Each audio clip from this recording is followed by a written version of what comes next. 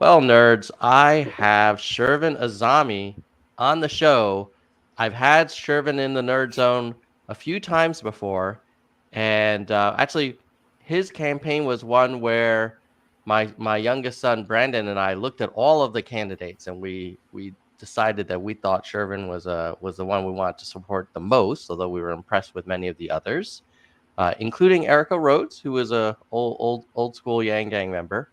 Um, and the primary happened, and Shervin did not make the top two. And let me just, I'll show the results in a second. So I reached out to Shervin and I said, "Hey man, like, sorry it didn't pan out. Like, would you be open to coming back on the show and talking kind of about what you think happened? Just take a little bit of a retrospective."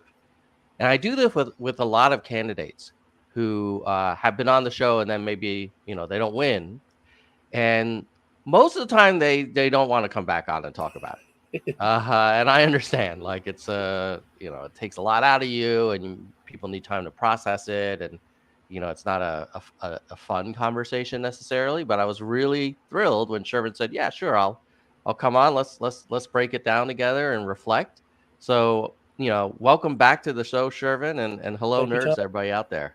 Hello, nerds. Thanks for having me back on. Great to be with you. Yeah, and I should let everybody know we'll talk for half an hour. Shervin not only agreed to come back on, but he's recuperating from COVID. So Yep. you may not have quite the same level of energy as Yeah. last time, and having had it last month, I can empathize. Like, it's a Thank you. very, for many of us, it takes a while to really get back to Yeah. 100%. And I think Yeah. even now I'm still at like 92%. So thank you for coming back on, man. Of course. Thanks for having me. Yeah. As much as all of us would like to think that we're we're out of the pandemic, we're not, unfortunately. Mm-hmm. Especially as we head towards the fall and the winter, we're hearing a lot of experts say that we could see further increases in the amount of new infections, hospitalizations. So we got to continue being safe. And yeah, thankfully I'm in a position now where kind of getting on the better end of it, on the mend. Got a mild case. Very lucky. Myself, my wife, and our newborn son. We were the most concerned about him, obviously, Mm-hmm. but thankfully it was a mild case for him too. Well, fingers crossed that you'll continue to recover, Thank you. and hopefully you won't have too many long-term effects. And Yeah. yeah, I totally agree. Most public health experts are, kind of signaling that we should brace ourselves for a tough winter, because you've got also flu season will be Right. back. Right. That's a potent combo, and I think many people, understandably, are really eager to kind of move on from COVID, but COVID has not decided to move on from us. Right. Right. So you see fewer mitigation steps now than like a year ago. So we'll see how that pans out. But let's talk a little bit about you know the uh, the primary, Yeah. and let me just share the screen so I can show people what happened. Um, so the way, just a reminder for everybody else, the way California works, which is like many things in California, I feel pretty awesome. Uh, it's a nonpartisan primary, so it's an open primary. And so you get all of the different candidates from all the parties uh, competing against each other. And then the top two go to the general election in November. And here we see the results. What Tom, was your take? sorry to cut you off. This is actually not the final result. Oh, Um, I'm going on the LA County website right oh now yeah, to you send you could the share link. your screen then. You might have the even better, more accurate data. I'm getting either New York Times, Politico, any of those folks will have Okay. it. I'm pulling it up really fast. Um, What district was it again? the 32nd. 32. Can I share my screen, or can I Yeah, want to go just for it. send you the Go link? for it. I can send you the link too. Yeah, maybe send me the link, whatever you prefer, in the I'm private putting it chat. here in the chat. Yep. Oh, it's a public chat. Okay. Whoops. Yeah, I got it. All righty, and I will pull up the New York Times, which is usually pretty good about. Oh God, it's trying to Oh get me to. no. Hold You want on, me hold to? on. Oh, you want me to share my screen? Uh, Wait a minute. I am a member. Hold, hold on, hold on, hold on. These paywalls, man. It's just It's funny. yeah. Okay, yeah, I got it now because I am a subscriber. So I think the link brought me to like a guest view. But here we go. Share. And you can view all candidates there if you click that button. Yep. All right. So talk me through what's your interpretation of these results? What happened? What do you see here? So I'll say this. Our team was shooting for between 30 to 35,000 votes. That was the Mm-hmm. number we had in our brain of what we would need to finish second. Right. Obviously, it wasn't us, but we were right about the range of votes that we needed. Um, I'll start with redistricting a little bit. Um, Prior to redistricting, the old California 30 district, we had really focused a lot of our early canvassing right at the heart of our district, working class areas, heavily immigrant populations, a lot of renters.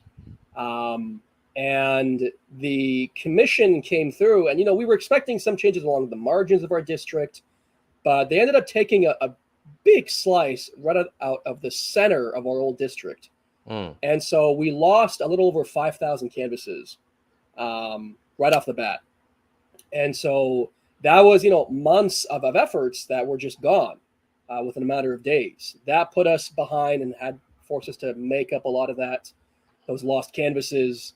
Um, and then, heading into the year, obviously, the fundraising advantage that Brad Sherman had. But despite all of that, I learned on election night that just a few weeks prior, around mid-May, the California Democratic Party had conducted a poll of our district, Mm-hmm. and it showed us in second place with 24% of the vote. Mm. It was after that poll that Brad Sherman got Congressman Ted Lieu to endorse him, and he started running ads in the southern part of our district, areas like Brentwood, the Palisades, Malibu, that used to be in Ted Lieu's district. And so that endorsement, Ted Lieu saying, Brad's your guy to all my old constituents, vote for Brad Sherman. He was running ads showing photos of himself next to Bernie, how he's fighting the Mm. big banks on Wall Street. He did that in the southern part of the district. And then in the northern part of the district, he started sending mailers to Republicans Mm. and conservative independents, basically animating them to turn out for Lucy. Um, and I called him out on social media about the Republican mailers because some of our folks let me know it was happening. Mm. And but that 1-2 punch was our undoing. The Republican mailers combined with the Ted Lieu endorsement within those last few weeks wiped away our spot in the general. And those are tactics that the establishment will always utilize. It's straight out of the D-Trip playbook, where there were articles from NPR, other news outlets talking about how Democrats are propping up far-right candidates as a way of protecting establishment moderate Democrats. Um, and they've been doing that in places in Colorado and Minnesota, but they also started doing it in California. As Mm. Brad did it against us. And I think on top of that, we also underestimated GOP turnout. Looking at these numbers, this is by far the Yeah. highest GOP turnout in a primary in our district in a very, very long time, if not ever. Um, Interesting. so all those things combined, push us into third. Let me ask you some follow-up questions, Shervin. Yeah. So let's start with the canvassing point and the redistricting. Redistricting. Is it? Let me just make sure I understand what I heard.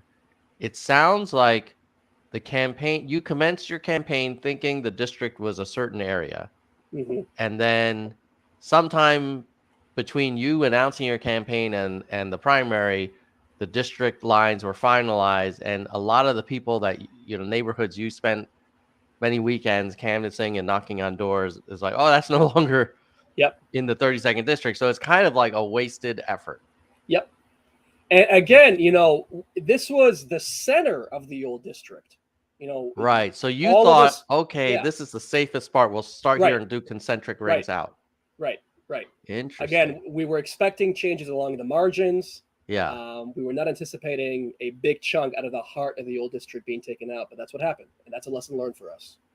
What was the rationale? Like, who does that redistricting? Is that happen in the state assembly, or where does that even No, happen? so we Californians, we all passed a ballot measure back in 2008, if my memory Uh-huh. serves, establishing an independent commission to Okay. redraw the lines here in the state.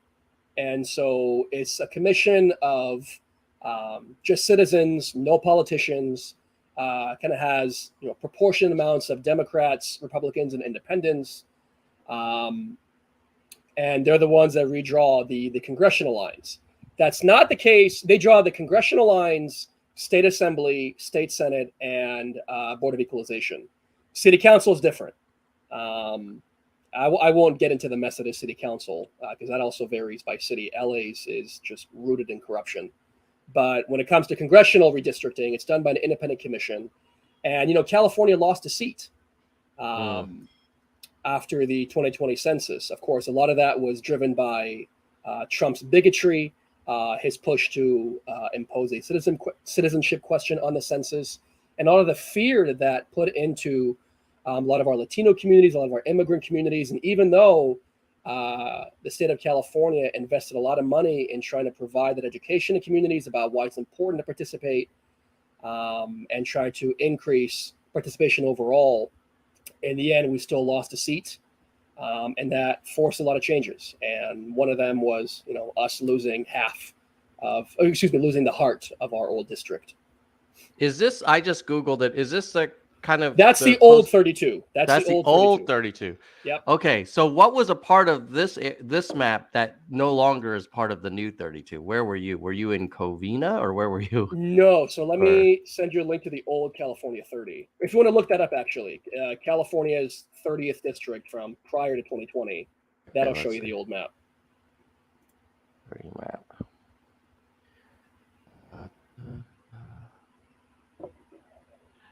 Yeah, I'm not sure how I can easily find the old. Let me just share what I'm seeing in the search results, and then you can tell me if I'm looking at the right thing. Hold on. CA 30 map. So this is is this the new 30 or the old 30? This is the new 32. This one here. Yeah, that's the one that we just ran in. Yeah. Okay. And where were you initially canvassing? Right there in the center. Like around here, where the 405, right here, or no? My foggy brain. This is the old 30. Okay. Yeah, this is the old district. Sorry, my COVID brain right now. Yeah. So right where I don't know if you can see my cursor, but right there, smack dab in the middle, in between the right where your cursor is. Okay. Right there, that's Reseda. Okay. And you were canvassing here. Yep, Reseda, Canoga Park, and they cut Reseda in half. Oh, okay. That's crazy. So when did the redistricting happen? Was it after you had been like canvassing for a few months, or was it months? Yeah. So we launched our campaign basically like early February 2021, and the commission finalized the new maps in December of 2021. So we were several months into canvassing already. Yeah, that sucks. Yeah, it really does suck. And that's just the nature of the beast. Yeah, because you don't want to wait until everything's final before you get out there. Right. So how would you have known that they would have cut the middle in half? We would not have known, and that's just the way it works, right? Yeah. Again, we thought we were being safe by focusing on the center of the old district, Yeah. but it's just the way things shake out.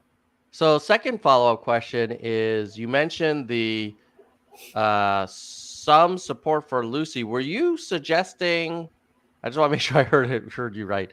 Were you suggesting that Sherman's campaign or supporters of Sherman were trying to prop up Lucy, the Republican? Sherman's campaign sent mailers Uh-huh. to registered Republicans Uh-huh. and independents who vote Republican. Yeah. Send them a mailer saying how Brad is fighting for a Green New Deal and Lucy wants to drill baby drill. Now, No. yeah, So they sent campaign mailers out that kind of made him look bad to kind of stimulate the Lucy support. yeah, because obviously, Republicans are not in favor of a Green New Deal. Yeah. And so they were trying to inspire a spite vote for Lucy. And it worked. It worked. Wow. It's funny. When I tweeted about it and called him out, Yeah. Christy Smith's old campaign manager from her 2018 or 2020 race then responded to me saying, great job, great work by Brad Sherman doing this. Yeah, I mean, just crazy stuff like, so propping up a far right conservative who is, I don't understand how you would favor doing that over going up against a progressive in the general. Yeah. There was that much fear in going up against our campaign that he'd rather prop up a Trumpist conservative who does not think that trans folks should have any basic rights, who is not in favor of investing money in housing or healthcare, who wants to drill baby drill, over actually giving our district the opportunity to, in a solidly blue, solid Democratic district, the opportunity to finally have another option besides Brad. Yeah. Interesting.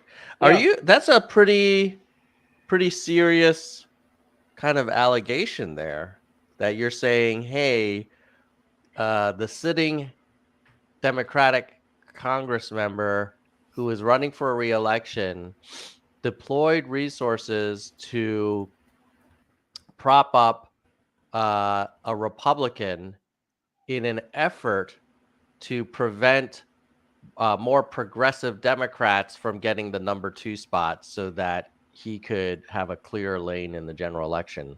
Is that what you're saying? Yes. And like I said, that is straight out of the DCCC, the Democratic Congressional Campaign Committee playbook, as a way of protecting incumbent Democrats who are moderates, maybe conservative, just protecting the status quo.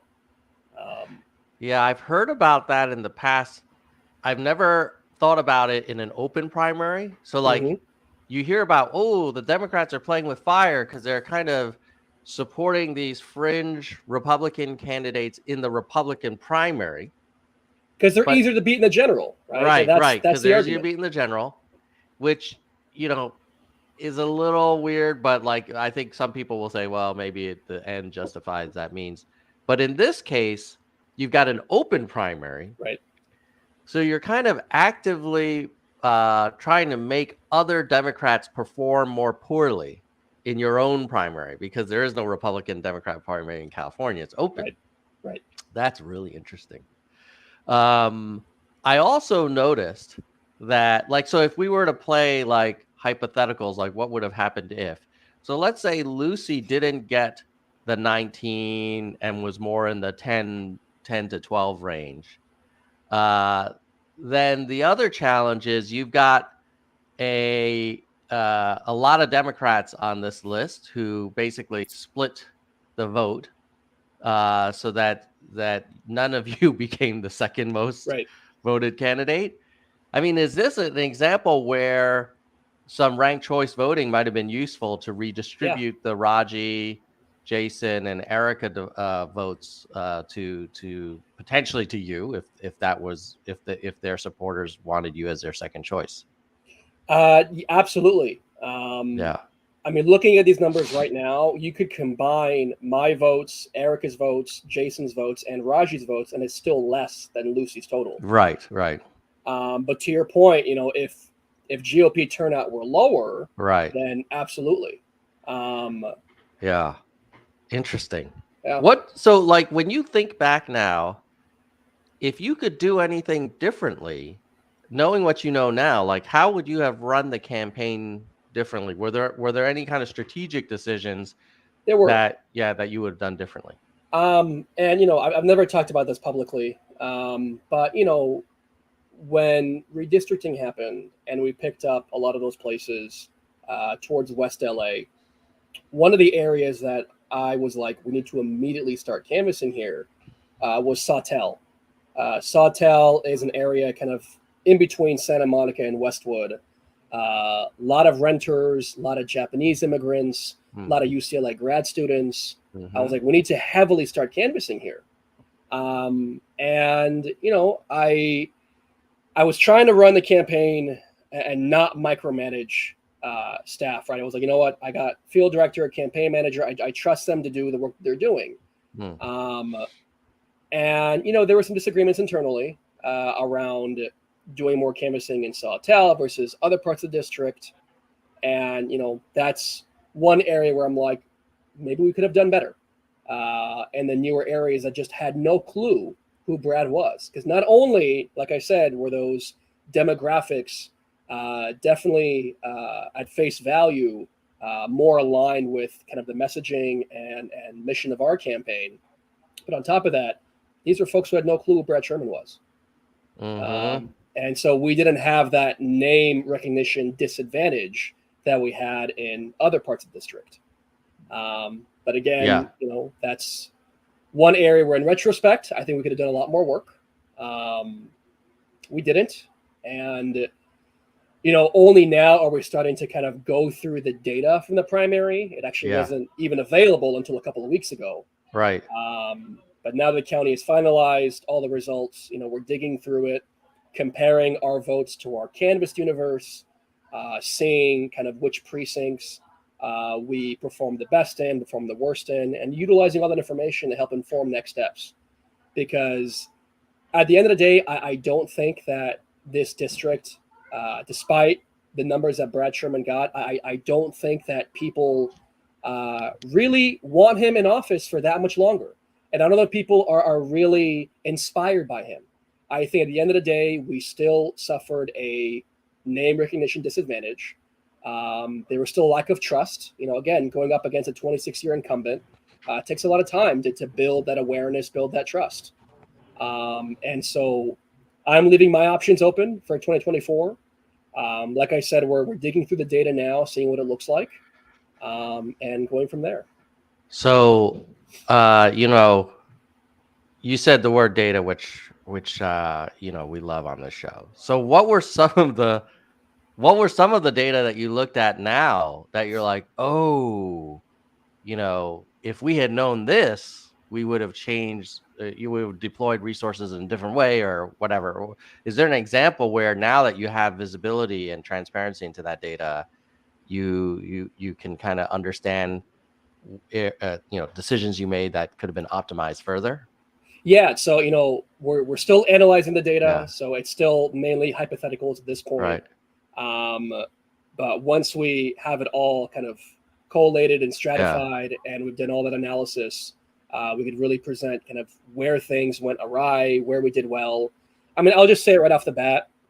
So far, we have been able to go precinct by precinct and see what the results are. Yeah. And I'll just say it. Brad, no surprise, he won every single precinct handily.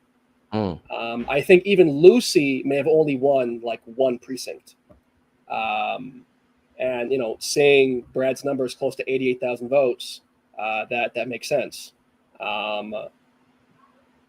Once we are really able to dig down into the data, because right now we're trying to create like an interactive map with all that precinct data of like, these are the ones we did best in, these ones we did worse in. Yeah. Does that align with your theory of, we should have canvassed more with I'm the wondering. UCLA? Yeah. I have a hunch that I'll be validated in my opinion on this, but we'll let the data tell us for sure. Um, but yeah, I mean, at the end of the day, there are always things that we could have done differently. Every campaign has that post-mortem moment Yeah. of what could we have done better, where could we have pushed more. Here's what I'll say: like, I am so incredibly proud of our team and what we accomplished, all the blood, sweat, and tears we put into this campaign. I mean, we were a grassroots initiative from the very beginning, and I'm proud that we gave over 15,000 people the opportunity to finally vote for someone that they felt like they could believe in. And that's what I see as success.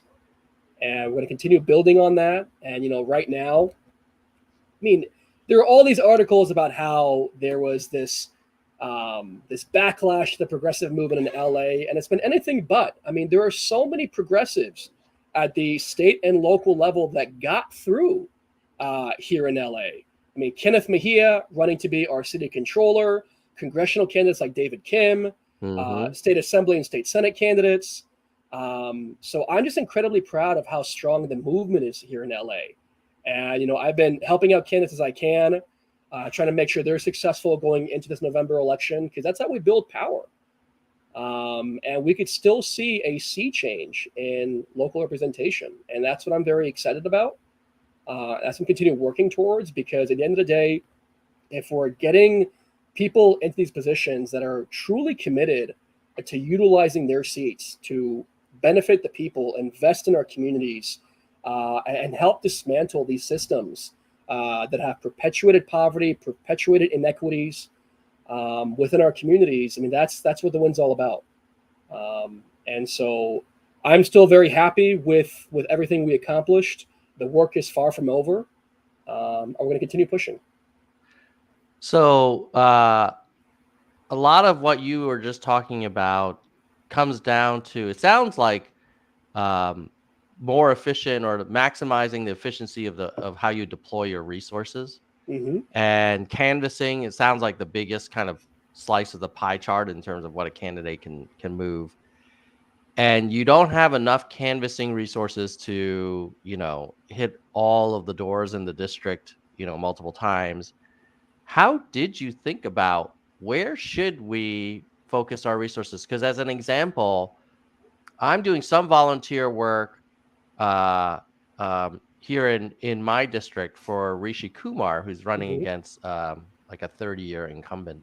Mm-hmm. And I'm like, oh yeah, let me lock on some doors. And he's like, where do you live? And I'm like, Palo Alto. And he's like, oh well, that's a hardcore on a SU base. Like, don't may not be the best sure time to knock on those doors. And so I'm using the little mobile app, and I Right. have a list of people I'm supposed to knock the doors out. And I'm curious, like, how good do you think we are at figuring out which doors to knock on to kind of maximize the vote per hour of volunteers' time? Well, I'll say this: the data is definitely out there to be able to Mm-hmm. determine where you should be focusing the majority of your efforts. It's about having the right people who can synthesize all that data to Mm-hmm. help navigate the path for you. Um, and I think we did that pretty well. Um, Again, resources were an issue. We were really adamant about making sure that we're paying all of our staff, trying to pay our canvassers a living wage to go out there and do this work. And again, that fundraising gap that we had with the incumbent, that played a role in this. But also, like, our district is a microcosm of what wealth inequality looks like, Mm. because we have areas in our district where folks are so rent burdened, where they're paying close to 75% of their income to rent. Mm-hmm. And then we also have Bel Air, right? Mm. um, and so Bel Air is a gated community. There's no canvassing in a gated community. Yeah. And a lot of those areas in the hills south of the 101, a lot of windy uphill roads. I mean, canvassing there is Yeah. not really practical. And so in those areas, we were doing more phone banking. We were sending literature. We were running digital ads. And then in the kind of middle class, working class, low income areas of the district, we were doing door to door canvassing. Yeah. And that's really the strategy. You talk to any, most Democratic campaigns, I should say. That's what it boils down to. Do you feel like canvassing is sort of basically the main brunt of any campaign's assets that, like, you always hear about paid advertising or content marketing or, direct mail. Is it still like canvassing kind of like that's how you win elections? All when that other when stuff is nice, but when done right, yeah, and when you have enough bodies on the ground, absolutely, no yeah, questions asked. yeah. Because that face to face interaction is so much more powerful. Um, and to be clear, like when I say canvassing, that's not just a stranger going door to door. That's Mm-hmm. also you talking to 5 friends or Right. 5 colleagues or 5 family members. That's also a form of canvassing. Yeah.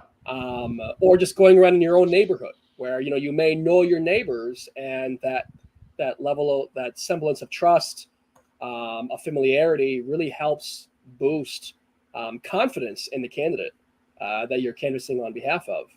Um, and so, yes, I mean, that really is the most powerful tool. And when done right, when done with enough bodies on the ground, it will blow everything else out the water. But that being said, taking a comprehensive approach is also incredibly important. So doing all that canvassing, but also doing the mailers, also doing phone Yeah. banking, also doing the digital ads, all those things in tandem, in addition to big endorsements, those things all help.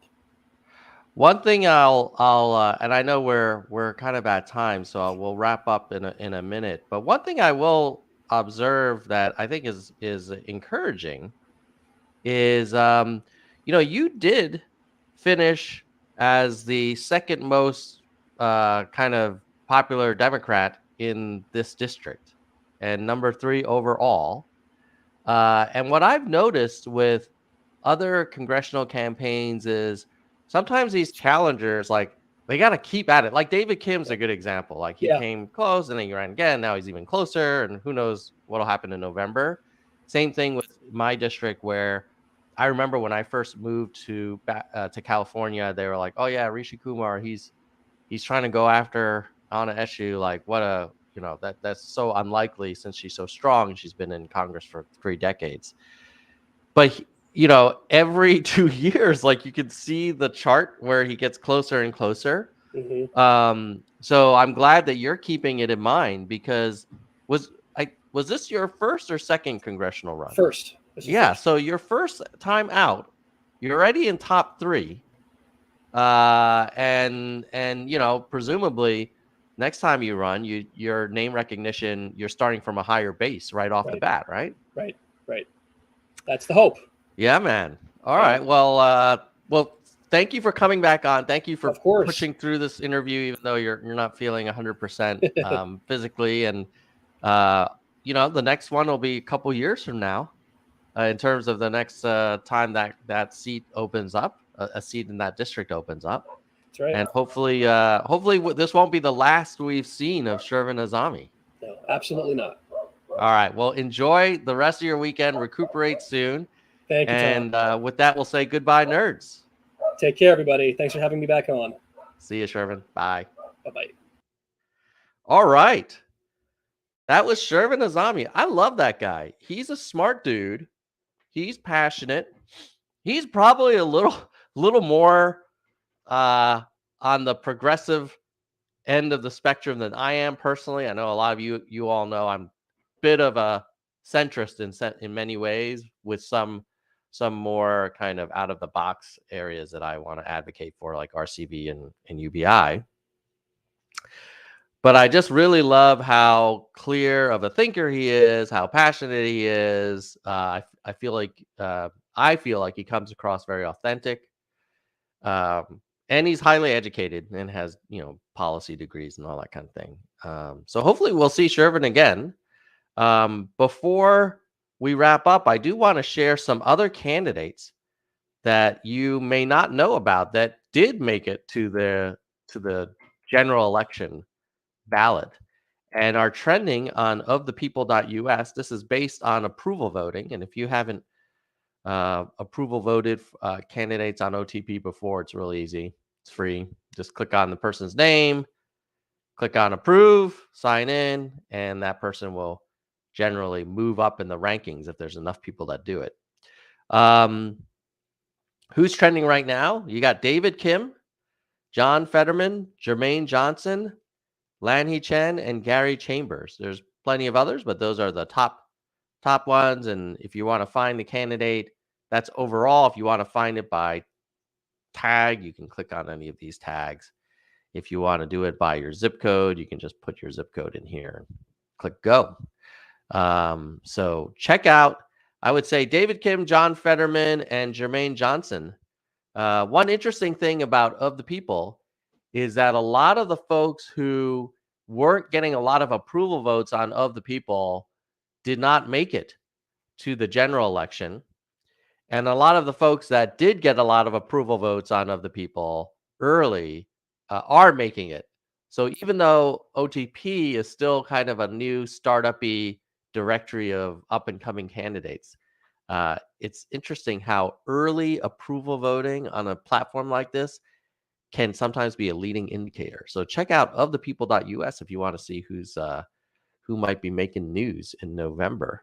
And if you want your voice heard, if you see a candidate that you really like that's a little bit lower on the rankings, just go and approval vote them and I'll move them up. All right. I also want to thank the people who make this podcast possible and this live stream possible, and that is the YouTube channel members. So if you're watching this on YouTube or you want to support this channel, go to YouTube, click on the join link, and you can become a member for as little as $1.99 a month. So you wouldn't even notice it probably. Our biggest member is Soldier One, who is a senior vice president, and really want to give a shout out to Soldier One, who makes this content possible, because these member donations help us cover podcast hosting costs. I just actually uploaded my last, I think it was yesterday's interview of Sean Storm from the Reform Party. If you missed it, go on to wherever you're watching me now. You'll see my Sean Storm interview. And if you've got a long drive or you're going to be doing some, work around the house, you want to just listen to audio, Nerds for Humanity is available on all major audio podcast directories. So wherever you listen to podcasts, subscribe to Nerds for Humanity. And then let's go to our other members. We also have vice presidents who are awesome. And they are Kristen Slevin and Bike. Thank you, Kristen Slevin and Bike. Second highest level of support for the channel. Third highest level are hardcore. And those are Gene, David, DK, Jekalego, Kirsch, Mr. History, Mona, Vaughn, Yang, Robert, Dean, Stat, Galessa, J Parent, AH, Dana, Jason, Parth, and Daniel. And thanks to StreamYard for helping provide our streaming services. And they've been very kind to donate that to us. And then at our entry level, our verified nerds, starting with our oldest, 31 months as a member. Thank you, Lisa, Albert, Brandon, Arez, Sophia, Doris, Emerald, Ben, Rasta, James, Emma, Hui, Elizabeth, Ira, Shoni, Jameson, Dr. William, Karen, Arden, Zemery, Mai, Brittany, Warren, Wana, Lucky. Oh, Want to See More, I think, was in the chat this morning. Lucky, Kevin, Nell, Toby, Jeremy, David, and Nicholas. And our youngest nerds overall, and if you join now, you would be the youngest, but the youngest at the moment are David Collison and Nicholas Hensley, who just joined yesterday during the Sean Storm interview. So thank you. Wow. I love it when members join during the live stream, because I get a little notification. I can give them the little, the nerd cowbell, which is right here. So if you click that join link in the next minute or two, I'm happy to give you an extra shout out. All right. And then I also want to thank the people that make ofthepeople.us possible, and those are our Patreon supporters. So, of the people, again, it's like a Yelp for political candidates, and any candidate can list themselves. It's not partisan. So, we actually have some Republicans on there too. It's great, and it's all powered by approval voting. So, in terms of who has donated the most, because this of the people effort is all volunteer engineers and designers. I'm a volunteer as well. So we have to pay for our GitHub costs and our Amazon Web Services, that kind of thing.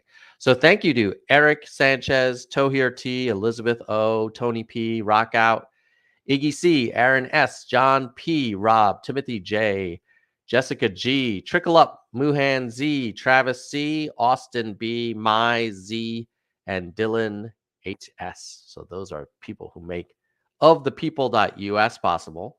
Last thing I'll do is I'll just kind of do a quick highlight of what I've been tweeting about, and then I'll let you go on your merry way. I might be back live again today because I got something content by popular request, which is kind of interesting. Sometimes people in the chat or in the comments or they DM me saying, "Hey Tom, can you do a show about X, Y, or Z?" And then I'll say, "Oh, if there's interest in it." So one of the things that people asked about was after I did this play-by-play of the Jim Acosta interview of Andrew Yang, which, by the way, thanks to everybody who liked and shared it, because it was one of the first videos I've done in a while that got over 1,000 views. It was kind of, we used to get a lot more views when Yang was running for president.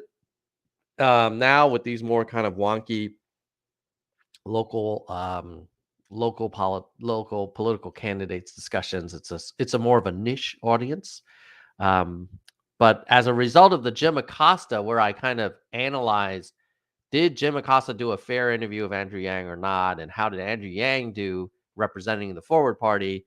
Some people said, oh, well, you should do a similar analysis of an interview that Kim Iverson did talking about the Forward Party.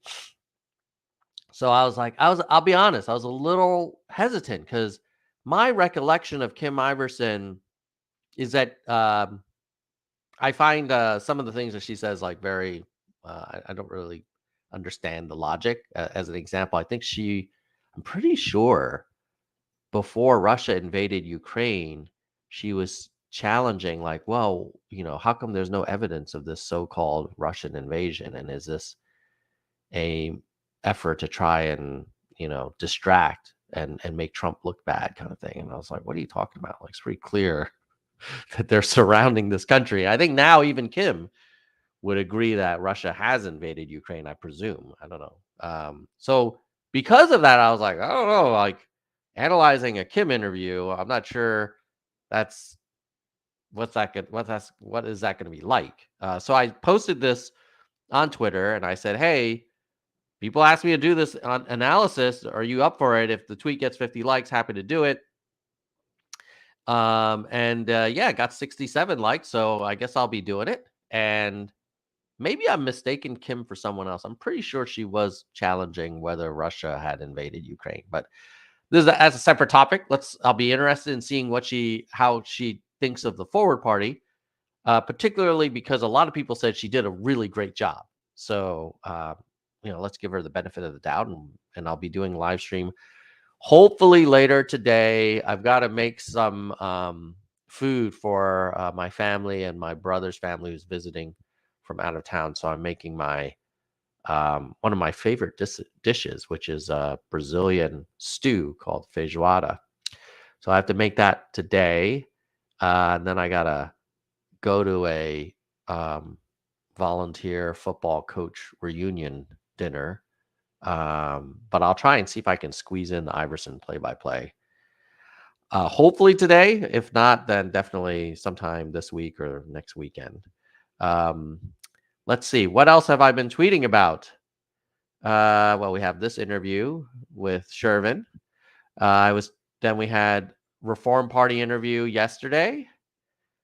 Then there was just me reflecting on like how politics has gone from trying to figure out what's right and wrong for America to now this kind of very unhealthy sport of proving that the other political party is always wrong and your political party is always right, irrespective of what's actually happening on the field. So, we all know that the whole Mar-a-Lago thing is a hot topic.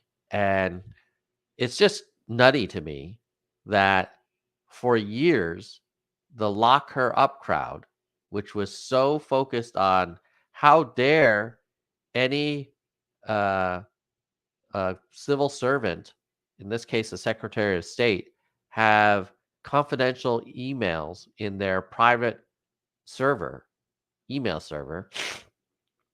How dare they? Like, that's putting people's lives at risk.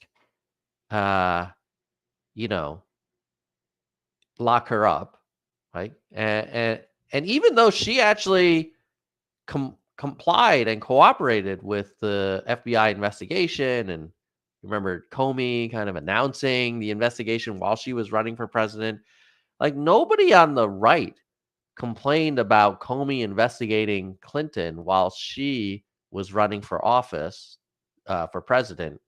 But now Trump literally is caught red-handed with literally boxes of top secret documents in a Florida country club basement. And they're saying that this is somehow he's the victim. So then people will say, oh, well, what about Hunter's laptop? It's like, oh my God. Like, if all we do is hold people accountable when there's metaphysical proof that the other political party never did anything similar or was accused of doing anything similar, even, like, where does it go? Like, round and round we go. It's like, can we draw the line somewhere? Is there any time? It's kind of like gun regulation. Like, oh, we can't talk about gun safety or gun regulation after a massacre. It's like, okay, well, but then if we talk about it in between massacres, people say, well, I'm more concerned about inflation or gas prices. It's like, when are we going to talk about anything? Is it only when it makes the other party look bad? Is that when we get to talk about stuff? So, sorry for that rant, but it was kind of sad. It's kind of just me calling out the obvious, I guess, which is sometimes happens on Twitter. Then, oh, this is cool. I was reading this article last night about the great state of California doing a pilot where they're going to put solar panels as canopies over water canals, and it will, in theory, solve multiple goals. It could provide power for a majority of the state, which would be amazing. But it will also preserve and reduce evaporation of the drinking water and lower the maintenance costs because you'd have less damage from vegetation and stuff. So that's pretty cool. So that's a more positive, forward-looking tweet. Then I did a poll of, hey, in terms of pure, this being the Nerds channel, we care deeply about pure analytical horsepower and the ability to understand complex topics. And I asked, who do you think is the smartest Republican? And obviously, the Nerds for Humanity Twitter following that I have is definitely probably biased against Trump. Like, we definitely don't have a lot of pro-Trump people, although we do have some. It seems like most people think that DeSantis is a sharper knife intellectually than Trump. Although there were some people who voted for Marjorie Taylor Greene as the smartest Republican, and Lauren Boebert. There you go. I mean, I guess, everybody's entitled to their opinion. Then this article about how now that the warrant details have come out, a lot of the Republicans who were initially outraged are now kind of not as actively challenging it because there's proof coming out that Trump said, "Oh, I would be happy to release these documents if they had only asked me. Why did they just show up with their assault rifles banging on my door in the middle of the night. That's the first I've ever heard of it. I've been happy to cooperate. And now it turns out that they had basically, the government and the FBI and the National Archives had done everything possible not to serve that warrant, and had given Trump as many opportunities as they could, more than anybody else would have gotten, to just give back the freaking documents. And he wouldn't do it, or he only did it partially. And now the results of the search have shown and proved that he was withholding. Did he do it intentionally? I don't know. Like, I definitely don't love Trump. But I don't think there was something particularly nefarious. I think it was more, he thought he was above the law. He thought he was the law. And he, in his deluded mind, felt that these tchotchkes, like the letter from Kim Jong Un, some of these like top secret satellite reports and human intelligence reports, he thought that they were like souvenirs that he was entitled to take back with him.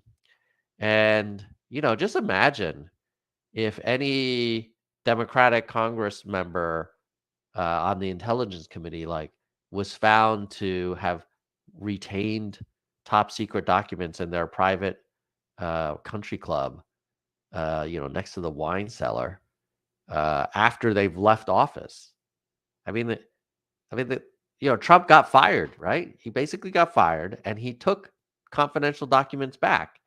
And then when the company, in this case, the country, asked for the documents back, he wouldn't give it. So it's like, wow, King Donald, like, always outdoing himself. Any rate, I got to get back to my daily chores. And then hopefully I can do the Kim Iverson reaction video later today. Thank you so much. If you are not a member, but you're watching this live or on replay and you're like, wow, this Tom guy, like, I like this content, I hope he keeps doing it. One thing you can do for me as a favor, of course, you can join as a member. But if you can't do that, or if you've already done that, definitely like and share this content out. And then in the comments and replies, let me know what other topics you'd like me to hit in the future. I will definitely read it. And thank you so much. Oh, Want to See is still in the stream. Thank you. Thanks for being a member, Want to See More. It's great to have your support, and I love giving you shout outs each show. All right, keep it real. Goodbye, nerds.